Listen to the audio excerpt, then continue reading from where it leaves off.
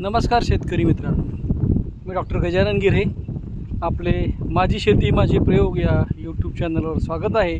आणि आपलं ज्या शेतामध्ये आपण गव्हाचं काढ दाबलं होतं त्या शेतामध्ये आता हे जवळपास तिसरं रोटर पाणी पडल्यामुळं खूप गवत उगवलं होतं, त्यामुळे करणं सुरू आहे. आणि आज आपण अक्षरशः पाणी या वर्षी जास्त पडल्यामुळे जे काढ आहे ते पूर्णपणे सडलेलं पाहू शकतो.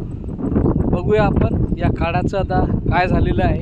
पूर्ण या 5 एकरातील काढ आपण जमिनीमध्ये दाबलं होतं ते जवळपास आता सडलेलं आहे. तर हे आपलं जवळपास 4.5 ते 5 एकर शेत आहे. यामध्ये आपण गव्हाचं काढ दाबलं होतं. आता याचं रोटर सुरू आहे. हे पहा, बिलकुल बारीक ह्या अशा आता ह्याही सडलेल्या आहेत, एकदम कुचकं झालेलं आहे. आणि जे काही बिलकुल बारीक काडी कचरं म्हणता येईल त्या टाईपमध्ये आत्ताच्या रोटरनंतर या गव्हाच्या काढाची अवस्था झालेली आहे.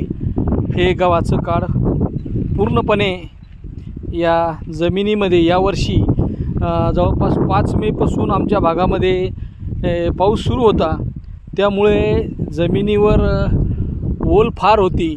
आणि रोटर आपल्याला आपण एकदा रोटर झाल्यानंतर परत पाऊस पडला आणि यामध्ये गवत उगवलं, त्यामुळं आपल्याला पुन्हा एकदा रोटर घ्यावं लागत, जवळपास तिसरं रोटर. कारण की आपल्याला निंदणाचा तो एक फायदा मिळून गेला. आणि त्यामुळं आता हे बघू शकता, एकदम 2-3 वेळा रोटर आणि वावराची मसाज झाल्यामुळं वावरसुद्धा अतिशय मऊ झालेलं आहे. माती एकदम बारीक झालेली आहे. आणि अतिशय उत्तमरित्या या गव्हाच्या काढाचा आपण जमिनीमध्ये त्याचं विघटन झालेलं आहे.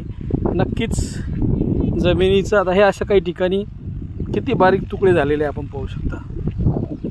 सेंद्रिय कर्ब म्हणा, आपण प्रत्येक ठिकाणी शेणखत नाही टाकू शकत, पण शेतातील पिकांचे अवशेष जमिनीमध्ये गाडल्यानंतर त्याचा नक्कीच जमिनीला सेंद्रिय कर्ब वाढवण्यासाठी उपयोग होईल. आपण असे प्रयोग करता का? आणि यामध्ये जर काही सुधारणा असेल तर आपण मला सांगू शकता.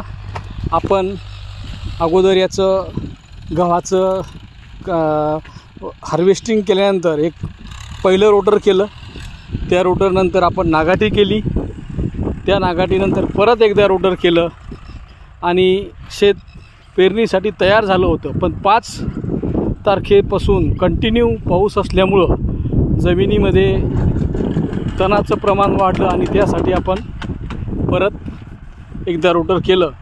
त्यामुळे यावर्षी जवळपास गव्हाचे अवशेष पूर्णपणे जमिनीमध्ये गाडल्या गेले, हे आपण पाहू शकतो.